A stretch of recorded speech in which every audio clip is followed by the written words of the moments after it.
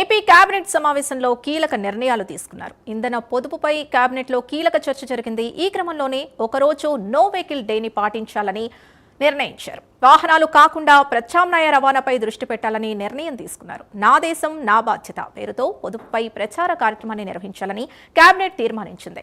ఇకపై కొన్నాళ్ల పాటు మంత్రుల విదేశీ పర్యటనలు కూడా రద్దు చేశారు. మంత్రులు ప్రజా రవాణాలో కానీ ఈవీ వెహికల్ సైకిల్ ని వినియోగించాలని నిర్ణయించారు. జిల్లాల పర్యటనలోనూ కాస్ట్ కటింగ్ పాటించాలని, మెజారిటీ మీటింగ్స్ ని వర్చువల్ గా నిర్వహించాలని, ప్రెసెన్స్ అవసరం లేదని, ఉద్యోగులకు వర్క్ ఫ్రం హోం విధానం అమలు చేయాలని కేబినెట్ భేటీలో తీర్మానం చేశారు. మరింత సమాచారం మా కరెస్పాండెంట్ శ్రీహరి అందిస్తారు. శ్రీహరి. రైట్ సింధు, అమరావతి రాష్ట్ర సచివాలయంలో సీఎం చంద్రబాబు అధ్యక్షతన నేడు కేబినెట్ సమావేశం అయితే జరిగింది. అయితే దీంట్లో ప్రధానంగా 42 అంశాలతో ఎజెండాతో అయితే ఈ కేబినెట్లో ఆమోదం తెలిపింది పలు బిల్లులు, కీలకమైన బిల్లులకి. అయితే దీంట్లో ప్రధానంగా అమరావతి ఏదైతే ఆంధ్రప్రదేశ్ కొత్తగా నిర్మాణాన్ని చేపట్టబోతుంది. అయితే దీంట్లో ప్రధానంగా రాష్ట్ర వ్యాప్తంగా ఏవైతే పెట్టుబడులు పెట్టబోతున్నారో ఈ నేపథ్యంలోనే అంటే విశాఖ వేదికగా చూసుకున్నట్లయితే ఏదైతే రిలయన్స్ సంస్థకు సంబంధించిన ఏఐ డేటా టెక్నాలజీకి సంబంధించి 1,00,000 కోట్ల పెట్టుబడిని పెట్టేందుకు రాష్ట్ర ప్రభుత్వం కూడా గ్రీన్ సిగ్నల్ ఇచ్చింది ఏపీ కేబినెట్. అయితే ఈ నేపథ్యంలోనే ఏదైతే ప్రధానంగా పార్టీ కార్యాలయాలకు ఇచ్చిన స్థలాలు, భూములు ఏవైతే ఉన్నాయో వీటన్నిటినీ కూడా 33 సంవత్సరాల లీజ్ ఏదైతే అగ్రిమెంట్ ఉందో దాన్ని 66 సంవత్సరాలకు పెంచుతూ కూడా నేడు కేబినెట్ అయితే ఆమోదం తెలిపింది. దీంతోపాటు ఏదైతే ఉయ్యాలవాడ నరసింహారెడ్డి కర్నూలులో ఏదైతే ఉందో ఎయిర్పోర్ట్ నిర్మాణ పనులకు సంబంధించి కూడా నేడు ఏపీ కేబినెట్లో అయితే చర్చ జరిగింది. ఇలా ఓవరాల్గా చూసుకున్నట్లయితే 42 అంశాల మీద ఏపీ కేబినెట్ అయితే సమావేశంలో జరిగాయి. అయితే దీంట్లో ప్రధానంగా అంటే చిత్తూరు జిల్లాలో రాయల్ ఎన్ఫీల్డ్కి సంబంధించి ఏర్పాటుకు సంబంధించి కూడా ఏదైతే పెట్టుబడికి సంబంధించి దానికి కూడా ఏపీ కేబినెట్ అయితే ఆమోదం తెలిపింది. దీంతోపాటు పలు శాఖల్లో కీలకమైన పోస్టులు ఏవైతే ఉన్నాయో విద్యుత్ శాఖలో కొన్ని పోస్టులకు కూడా ఈ నేడు కేబినెట్ అయితే ఆమోదం తెలిపింది. దాంతోపాటు ఏదైతే న్యాయపరంగా ఇప్పటివరకు పెండింగ్ కేసులు ఏవైతే ఉన్నాయో వాటన్నిటినీ కూడా త్వరితగతిన పరిష్కరించేందుకు న్యాయశాఖలో కూడా కొన్ని నియామకాలను చేపట్టేందుకు కూడా ఏపీ కేబినెట్ అయితే ఆమోదం తెలిపింది.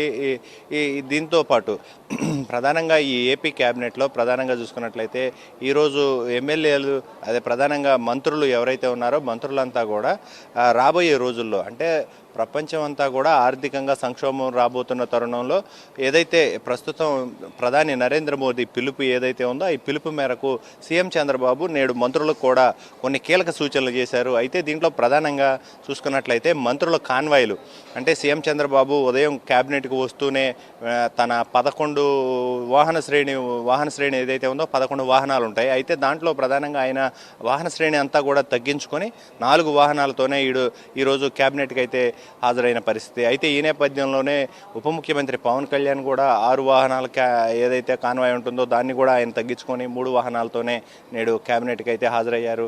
మిగతా మంత్రులంతా కూడా సీఎం చంద్రబాబు ఈ కేబినెట్లో కూడా ఒక కీలక సూచనలు చేశారు. మంత్రులంతా కూడా వాహన శ్రేణిని అంతా కూడా తగ్గించి ఒక్క వెహికల్లోనే వెళ్ళాలి అని చెప్పని సూచించారు. అయితే ఈ నేపథ్యంలోనే నేడు మంత్రులంతా కూడా ఒక్క వాహనంలోనే వారు సెక్యూరిటీ కానీ పిఎస్ సిబ్బంది కానీ అంతా కూడా ఒక వాహనంలోనే తిరుగుతున్న పరిస్థితి ఈ రోజు నుంచి. అయితే ప్రధానంగా వారానికి ఏదైతే ఉందో నో వెహికల్ డే అనేది ఒకటి పెట్టుకొని ఆ రోజు మాత్రం పూర్తి స్థాయిలో అంటే ట్రాన్స్పోర్ట్ అంటే బస్సుల ప్రయాణం కానీ, రైలు ప్రయాణం కానీ, లేదా సైకిళ్ళ మీద కానీ, ఎలక్ట్రికల్ స్కూటీస్ ఏవైతే ఉన్నాయో వాటన్నిటి మీద ప్రయాణించాలి. దగ్గరగా ఉన్న ప్రాంతాలకు మాత్రం వీలైనంత వరకు నడుచుకుంటూ వెళ్ళే మార్గం కానీ, లేదంటే ఏదైనా నడుచుకుంటూ వెళ్ళడంతో పాటు ఏదైనా అంటే ట్రాన్స్పోర్ట్కు సంబంధించి స్థానికంగా లోకల్గా ఉన్న బస్సులని వాడటం అట్లాంటివి కొంత మెరుగుపరచాలి. దీంతోపాటు ప్రజలను కూడా ఇలాంటి వాటి మీద అవగాహన పరుచుతూ వాళ్ళు కూడా కొంత అవగాహన పెంచుకొని ప్రజలకు కూడా అర్థమయ్యేలాగా చెప్పాలి. రాబోయే రోజుల్లో ఎలాంటి ఇబ్బందికర అంటే ఫ్యూయల్ కంజంక్షన్ లాంటివి రాబోతున్న తరుణంలో ఇలాంటివన్నీ కూడా ప్రజలకు అర్థమయ్యేలాగా చెప్పాలి. ఎలాంటి ప్యానిక్ సిచ్యువేషన్కి కూడా గురి కావాల్సిన అవసరం లేదు, ఎలాంటి ఇబ్బందులు కూడా పడాల్సిన అవసరం లేదు. కాకపోతే ప్రజలు భారత పౌరులుగా మనమంతా కూడా ముందస్తు ప్రణాళికకు ఒక సిద్ధం చేసుకుంటున్న తరుణంలో అందరూ కూడా అప్రమత్తంగా ఉండాలి అని చెప్పని అయితే చెప్తున్న పరిస్థితి. దీంతో పాటు ప్రధానంగా చూసుకున్నట్లయితే ఏదైతే ఇంక మరికొన్ని కీలక నిర్ణయాలు కూడా అంటే సోలార్కి సంబంధించి పవర్కి సంబంధించి కూడా సోలార్ ఎనర్జీ ఏదైతే ఉందో దాని వినియోగంలోకి మరింతగా తీసుకురావాలి, దాన్ని మరింతగా ప్రమోట్ చేయాల్సిన బాధ్యత కూడా తమపై ఉందని చెప్పని అయితే ఆయన చెప్తున్న పరిస్థితి. దాంతోపాటు ప్రధానంగా చూసుకున్నట్లయితే ప్రభుత్వ కార్యాలయాల్లో ఏసీలతో పాటు ఫ్యాన్లు లైట్లు కూడా వినియోగాన్ని కొంత తగ్గించాల్సిన అవసరం ఉంటుందని చెప్పని అధికారులకి ఇప్పటికే సూచనలు అందాయి. దాంతోపాటు ఏదైతే ప్రధానంగా చూసుకున్నట్లయితే మెజారిటీ ఈ మీటింగ్స్ వర్చువల్గా కూడా నిర్వహించాలి అని చెప్పని సీఎం చంద్రబాబు భావిస్తున్నారు. ఏదైతే అంటే ప్రధానంగా ఇటీవల కాలంలో పర్యటనలు ఏవైతే ఉన్నాయో వాటన్నిటిని కూడా సీఎం చంద్రబాబు స్పెషల్ ఫ్లైట్లను కూడా ఆయన క్యాన్సిల్ చేసుకుంటున్న పరిస్థితి అయితే కనబడుతుంది. దాంతోపాటు ఓవరాల్గా చూసుకున్నట్లయితే ఏదైతే కార్యక్రమాలు జలాల పర్యటనలతో ఏవైతే ఉన్నాయో వీటన్నిటినీ కూడా రద్దు చేసుకొని అవన్నీ కూడా వర్చువల్గా కూడా ప్రారంభించవచ్చు.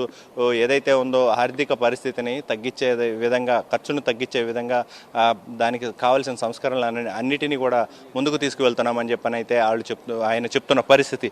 అయితే దాంతోపాటు ఏదైతే రేపు జరగబోయే మహానాడు ఏదైతే ఉందో అత్యంత ప్రతిష్టాత్మకం, అంటే తెలుగుదేశం పార్టీ ఆవిర్భావం నుంచి కూడా చూసుకున్నట్లయితే ఎన్టీఆర్ జయంతికి సంబంధించి జయంతి ఉత్సవాలు 3 రోజుల పాటు ఘనంగా నిర్వహిస్తారు. అయితే ప్రతి ఈ సంవత్సరం కూడా ఒక్కొక్క జిల్లాకి ఏర్పాటు చేసి నిర్మిస్తూ ఉంటారు. అయితే ఈ నేపథ్యంలోనే ఈసారి ఈ సంవత్సర కాలంలో చూసుకున్నట్లయితే నెల్లూరు జిల్లాలో ఈ నెల్లూరు వేదికగా ఈ మహానాడు కార్యక్రమాన్ని నిర్వహించాలని చెప్పని పార్టీ భావించింది. అయితే ప్రస్తుతం ఏదైతే ఆర్థిక సంక్షోభంతో పాటు ఫ్యూయల్ కంజంక్షన్ వంటివి ఇబ్బందికర పరిస్థితులు వస్తున్న తరుణంలో దీన్ని కూడా ఈ పోస్ట్ పోన్ చేస్తే ఎలా ఉంటుంది, లేదు దానికి సంబంధించి ఒక్కరోజు నిర్వహిస్తే ఎలా ఉంటుంది అనే దానిపైన ఈరోజు క్యాబినెట్లో కూడా మంత్రి నారా లోకేష్ చర్చించారు. అయితే దానిపైన మరి కొంత స్పష్టత అయితే రావాల్సి ఉంది. మరి దాన్ని కంటిన్యూ చేస్తారా, లేదా ఒక్కరోజు చేసి ఒక్కరోజే జరుపుతారా, లేకపోతే అసలు పూర్తిగా ఏదైతే ప్రధాని నరేంద్ర మోదీ పిలుపు మేరకు దాన్ని కూడా